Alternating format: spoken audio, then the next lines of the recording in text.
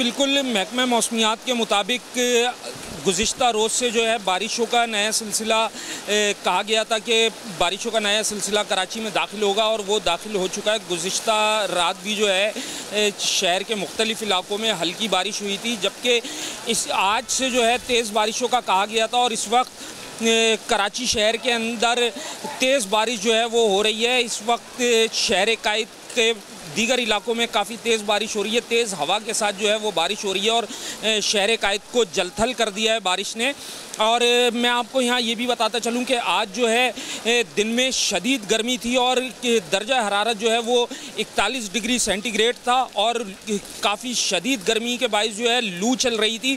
उसके बाद जो है अचानक घटा आई है, और घटा आने के बाद जो है काफ़ी तेज़ बारिश का सिलसिला जो है वो शुरू हो गया है। और महकमा मौसमियात का कहना है कि ये गुज़िश्ता 2-3 रोज़ तक जो है बारिश का सिलसिला जारी रहेगा। जी।